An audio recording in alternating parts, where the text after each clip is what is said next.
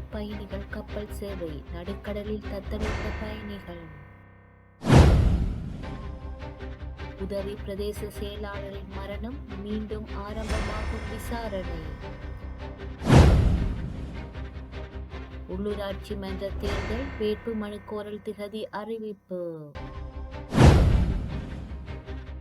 கைதிகளை சந்தித்த சிறிதரன். எரிபொருள் விநியோக குளறுபடி சிஐடி விசாரணை. தமிழகத்தின் நாகையிலிருந்து யாழ்ப்பாணம் சென்ற பயணிகள் கப்பல் திடீரென்று கடல் சீற்றத்தால் நடுக்கடலில் தள்ளாடியது. இந்நிலையில் அச்சத்தில் பயணிகள் அலறியதால் கப்பல் பாதியிலேயே நாகை திரும்பியது. நாகப்பட்டினம் துறைமுகத்திலிருந்து இலங்கை காங்கேசன் துறைக்கு இயக்கப்பட்டு வந்த பயணிகள் கப்பல் சேவை வானிலை மாற்றம், சர்வதேச தொழில்நுட்ப அனுமதி உள்ளிட்ட காரணங்களால் தற்காலிகமாக கடந்த ஆண்டு நவம்பர் 18 முதல் நிறுத்தப்பட்டது. இதைத் தொடர்ந்து கடந்த மாதம் 22 முதல் மீண்டும் பயணிகள் கப்பல் சேவை ஆரம்பமானது. இருப்பினும் கடல் காற்று அதிகமாக வீசுவதால் பயணிகள் கப்பல் போக்குவரத்து இடையே நிறுத்தப்பட்டது. வானிலை மாற்றம் சீரடைந்ததும் மீண்டும் மார்ச் 1 முதல் நாகைப்பட்டினம் இலங்கை இடையே பயணிகள் கப்பல் போக்குவரத்து ஆரம்பிக்கப்படும் என அறிவிக்கப்பட்டிருந்தது. அதன்படி நாகைப்பட்டினம் துறைமுகத்திலிருந்து காங்கேசன் துறைக்கு பயணிகள் கப்பல் நேற்று முன்தினம் காலை 7:30 மணிக்கு 78 பயணிகளுடன் புறப்பட்டது. வேளாங்கண்ணிக்கு தென்கிழக்கே 15 நாட்டிக்கல் தொலைவில் கப்பல் சென்றபோது கடல் சீற்றம் அதிகமானது. இதனால் கப்பல் கடலில் தள்ளாட ஆரம்பித்ததால் பயணிகள் அலறினர். வானிலை மோசமானதை தொடர்ந்து கப்பலை அவசரமாக நாகப்பட்டினம் துறைமுகத்திற்கு கேப்டன் பாஸ்கர் திருப்பினார்.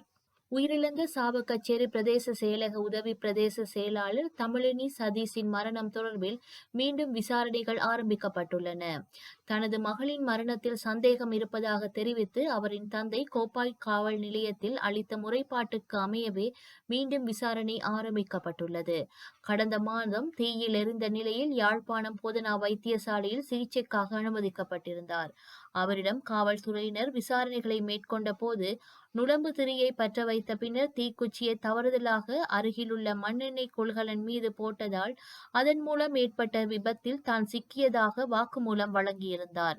இதையடுத்து தொடர்ச்சியாக 9 தினங்கள் யாழ்ப்பாணம் போதனா வைத்தியசாலையில் அவை சிகிச்சை பெற்று வந்தார். அவரது சிசுவையேனும் உயிருடன் காப்பாற்றுவதற்கு வைத்தியர்கள் தீவிர சிகிச்சை மேற்கொண்டுள்ளனர். இருப்பினும் சிகிச்சை பலனின்றி சிசுவுடன் கடந்த பிப்ரவரி மாதம் 16 அவர் உயிரிழந்துள்ளார்.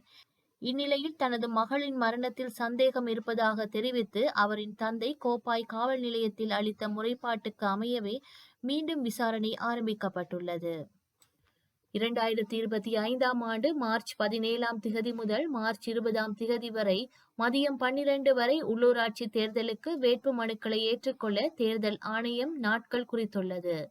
வைப்பு நிதியை மார்ச் 3 முதல் மார்ச் 19 மதியம் 12 மணி வரை போயா, சனிக்கிழமை மற்றும் ஞாயிற்றுக்கிழமை தவிர மற்ற நாட்களில் செலுத்தலாம். அதன்படி அம்பாறை மாவட்டத்தில் கல்முனை மாநகராட்சி, தெய்யத்தகண்டிய பிரதேச சபை, மன்னார் மாவட்டத்தில் மன்னார் பிரதேச சபை, கிளிநொச்சி மாவட்டத்தில் பூநகரி பிரதேச சபை, காலி மாவட்டத்தில் எல்பிட்டிய பிரதேச சபை ஆகியவற்றை தவிர 336 உள்ளூராட்சி அமைப்புகளுக்கு வேட்புமனுக்கள் அழைக்கப்படுகின்றன.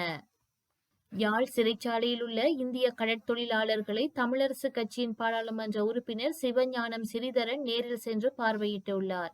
இலங்கை கடற்பரப்பிற்குள் அத்துமீறி கடற்தொழிலில் ஈடுபட்ட குற்றச்சாட்டில் கைது செய்யப்பட்ட இந்திய கடற்தொழிலாளர்கள் யாழ் சிறையில் தடுத்து வைக்கப்பட்டுள்ளனர். இவ்வாறு சிறையில் தடுத்து வைக்கப்பட்டுள்ள இந்திய கடற்தொழிலாளர்களை பார்வையிட வேண்டும் என விடுக்கப்பட்ட கோரிக்கையின் அடிப்படையில் இந்திய கடற்தொழிலாளர்களை சிறிதரன் எம்பி நேரில் சென்று சந்தித்து கலந்துரையாடியுள்ளார். எரிபொருள் விநியோகத்தில் ஏற்பட்ட இடையூறு மற்றும் குளறுபடி தொடர்பாக கிடைக்கப்பெற்ற முறைப்பாடுகளை குறித்து விசாரணைகள் ஆரம்பிக்கப்பட்டுள்ளதாக குற்றப்புலனாய்வு பிரிவு அறிவித்துள்ளது. இலங்கை பெட்ரோலிய கூட்டுத்தாபனம் எரிபொருள் விநியோகத்தின் போது வழங்கும் தள்ளுபடி தொடர்பாக எழுந்துள்ள பிரச்சினை காரணமாக எரிபொருள் விநியோக செயல்முறையை சீர்குலைத்து அரசாங்கத்திற்கு சிரமத்தை ஏற்படுத்த எரிபொருள் விநியோக முகவர்கள் என கூறிக்கொள்ளும் ஒரு குழு முயற்சிப்பதாகவும் இதனால் பொதுமக்களுக்கு சிரமத்தை ஏற்படுத்துவதாகவும் குற்றப்புலனாய்வு துறைக்கு முறைப்பாடுகள் கிடைத்துள்ளன. அதன்படி இந்த முறைப்பாடுகள் தொடர்பான குற்றப்புலனாய்வு பிரிவு மேலும் விசாரணைகளை தொடங்கியுள்ளது. சாதாரண பொது வாழ்க்கையை சீர்குலைத்து நிலையற்ற தன்மையை உருவாக்கி பொதுமக்களுக்கு இன்னல் ஏற்படுத்துபவர்கள் மீது தேவையான சட்ட நடவடிக்கை எடுக்கப்படும் என்பதையும் தெரிவித்துக் கொள்கின்றோம் என்று போலீஸ் ஊடகப் பிரிவு அறிவித்துள்ளது.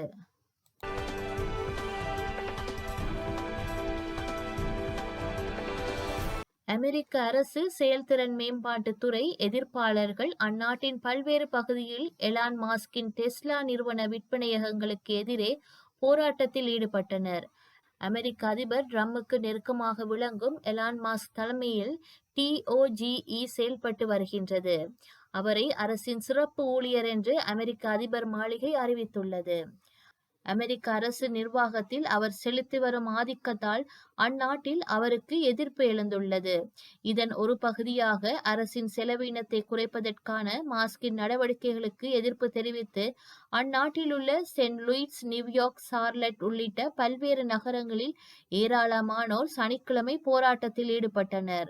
டெஸ்லா கார்களை புறக்கணிக்க வேண்டும் என்று வலியுறுத்தி அவர்கள் போராட்டத்தை மேற்கொண்டனர். தற்காலிக போர் நிறுத்தத்தை நீடிக்கும் பரிந்துரையை ஹமாஸ் அமைப்பு ஏற்காததால் காசாவிற்கு அனுப்பப்படும் நிவாரணப் பொருட்களை இஸ்ரேல் தடுத்து நிறுத்தியது. பாலஸ்தீனத்தின் காசா முனையில் இஸ்ரேலுக்கும் ஹமாஸ் படையினருக்கும் இடையே தொடங்கிய போர் ஓராண்டை கடந்து நீடித்து வந்தது. அமெரிக்கா, கத்தார் மற்றும் எகிப்து மத்தியஸ்தம் செய்ததை தொடர்ந்து கடந்த ஜனவரியில் போர் நிறுத்தம் அறிவிக்கப்பட்டது. ஹமாஸ் இடையே இது தொடர்பாக இஸ்ரேல் மேற்கொண்ட ஒப்பந்தத்தை 3 கட்டமாக செயல்படுத்த முடிவு செய்யப்பட்டது. முதல் கட்டத்தில் 42 நாட்களுக்கு போர் நிறுத்தம் மேற்கொள்ளப்பட்டது. அத்துடன் இஸ்ரேலிலிருந்து கடத்தி செல்லப்பட்ட பிணை கைதிகளை படிப்படியாக ஹமாஸ் அமைப்பும் தம்மிடமுள்ள பாலஸ்தீன கைதிகளை இஸ்ரேலும் விடுவித்தன. மேலும் காசாவில் போரால் இடம்பெயர்ந்த மக்கள் அங்கு தாங்கள் வசித்த இடங்களுக்கு திரும்ப அனுமதிக்கப்பட்டனர். முதல் கட்டம் தொடங்கி 16 நாட்களுக்கு பின்னர் ஒப்பந்தத்தின் 2ஆம் கட்டம் குறித்த பேச்சுவார்த்தைகள் தொடங்கப்பட்டு நிரந்தர போர் நிறுத்தம் ஏற்படுத்தப்படும் என்று அறிவிக்கப்பட்டது. 2ஆம் கட்டத்தில் பாலஸ்தீன கைதிகளை கூடுதலாக இஸ்ரேலும் எஞ்சிய பிணை கைதிகளை ஹமாஸ் அமைப்பும் விடுவித்து காசாவில் இருந்து இஸ்ரேல் படைகளை முழுமையாக திரும்ப பெற முடிவு செய்யப்பட்டது. தெலுங்கானா சுரங்க விபத்தில் சிக்கியுள்ள தொழிலாளர்களை கண்டறிவதற்கு விஞ்ஞானிகள் பரிந்துரைத்த இடங்களில் மீட்பு பணிகள் நடைபெற்று வருகின்றன.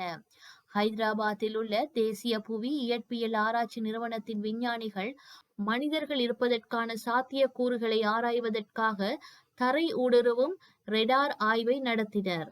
இந்த விஞ்ஞானிகள் பரிந்துரைத்த இடங்களில் துளையிட்டு தேடியதில் உலோகங்கள் மட்டுமே கண்டறியப்பட்டுள்ளதால் மீண்டும் மற்றொரு இடத்தில் இருந்து டெரார் ஆய்வை தொடங்க உள்ளனர். வரலாற்றில் இன்று